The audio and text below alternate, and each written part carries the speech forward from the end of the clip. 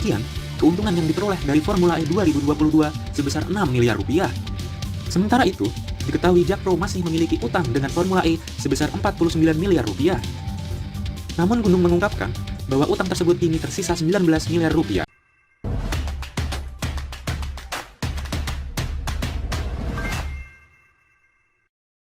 Siapkan balapan Formula E 2023 dengan lebih matang, ditulis oleh Fransen Arianto dari Stewart.com. Laporan keuangan Formula E Jakarta 2022 akhirnya selesai diaudit. Hasilnya pun menggembirakan karena ada keuntungan meskipun tidak menggambarkan kesuksesan besar seperti yang selama ini digembar-gemborkan. Hasil keuntungannya memang berbeda dari sebelumnya ya. Kami sampaikan waktu itu 6, sekian miliar rupiah, sekarang 5,29 miliar rupiah setelah diaudit. Detailnya saya nggak ingat, tapi secara keuntungan 2022 itu 5,29 miliar rupiah. Sekian keuntungan yang diperoleh dari Formula E 2022 sebesar 6 miliar rupiah. Sementara itu, diketahui Jakpro masih memiliki utang dengan Formula E sebesar 49 miliar rupiah. Namun Gunung mengungkapkan bahwa utang tersebut kini tersisa 19 miliar rupiah. Itu wajar, hasil auditnya itu wajar. Yang mengaudit Jojo Sunarjo, kata Vice President Corporate Secretary PT Jakpro, Syahrial Syarif seperti dikutip dari Kompas.com.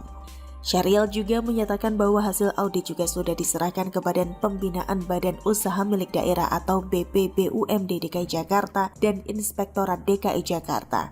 Penyerahan audit itu dilakukan pada Minggu kedua Januari 2023. Ditonton oleh lebih dari 150 negara dan Jakarta hadir untuk memberikan pesan kepada dunia bahwa Jakarta ikut ambil tanggung jawab di dalam menghadapi climate change, global warming dengan memulai transformasi. Selamat atas selesainya laporan Formula E, meskipun harus memakan waktu yang lama untuk sebuah event yang disebut sukses besar dan dicatat rapi. Selamat juga atas keuntungan yang didapatkan meskipun tidak menggambarkan sebuah event yang katanya untung besar. Angka 5,29 miliar rupiah memang bukan angka yang kecil kalau dilihat dari nominalnya. Hanya saja angka itu terasa kecil jika dibandingkan dengan pengeluaran yang ada. Perlu diingat bahwa komitmen fee untuk penyelenggaraan Formula E sebesar 653 miliar rupiah. Jumlah itu baru dibayar oleh Jakpro sebesar 563 miliar rupiah. Kekurangan 90 miliar rupiah masih harus dibayar pada akhir tahun 2024 sesuai kesepakatan dengan pihak Formula E.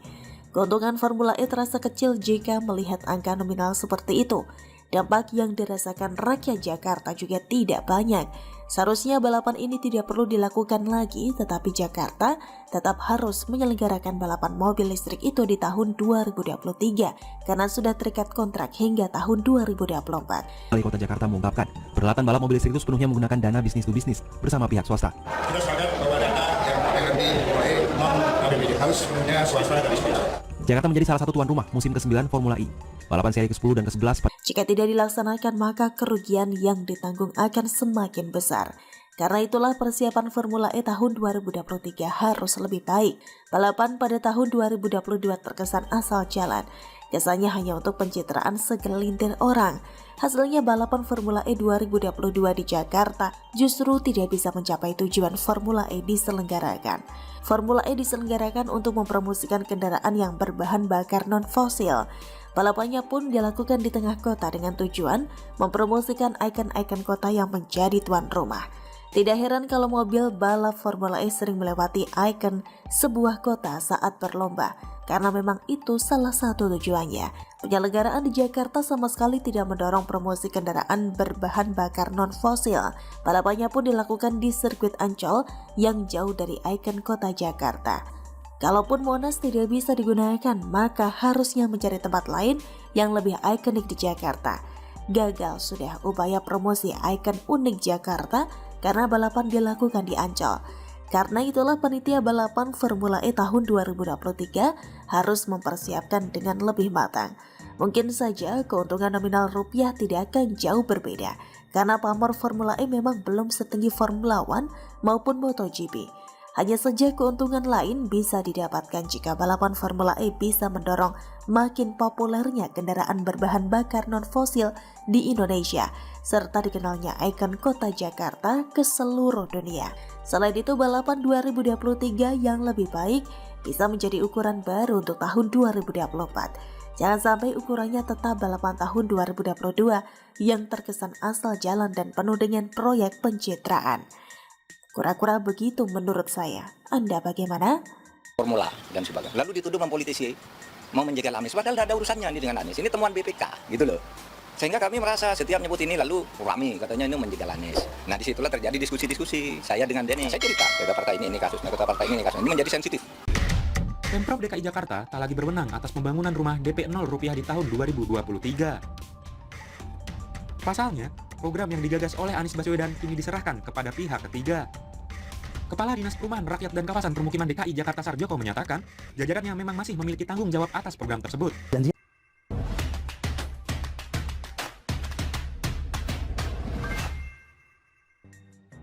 Pemprov DKI lepas tangan, program rumah DP 0 rupiah diserahkan ke pengembang. Ditulis oleh Syardi dari siwar.com. Program rumah DP 0 rupiah adalah kebanggaan Anies yang paling memalukan. Pasalnya Anies berhasil mengibuli banyak orang yang terlanjur berharap bahwa mereka bisa memiliki rumah sendiri tanpa ngontrak. Penghasilan di atas 3,6 di Jakarta, tetapi mereka punya tabungan untuk membayar 20% DP. Nah ini yang ini menjadi pengganjal. Di Jakarta masyarakat rata-rata di atas UMP banyak, tetapi tidak punya DP. Ini yang kita beri solusinya. Dengan DP 0 rupiah, maka mereka bisa punya rumah. Harus saya jelaskan bahwa program itu adalah program pembiayaan. Rumahnya sendiri dibangun oleh pihak-pihak lain, bukan kami yang bangun. Yang membangun dalam kalau kasus yang sekarang dibangun oleh Saranajaya. Mereka BUMD kita. Siapa yang tidak ngiler begitu mendengar janji manis dari Anies bahwa warga DKI bisa punya rumah sendiri? Tapi dibalik banyak warga yang ngiler, mereka tidak tahu betapa liciknya Anies yang tega mengumbar janji tanpa memedulikan apakah bisa terwujud atau tidak. Dari target ratusan ribu unit yang katanya akan dibangun, nyatanya malah kurang dari 10.000 saja.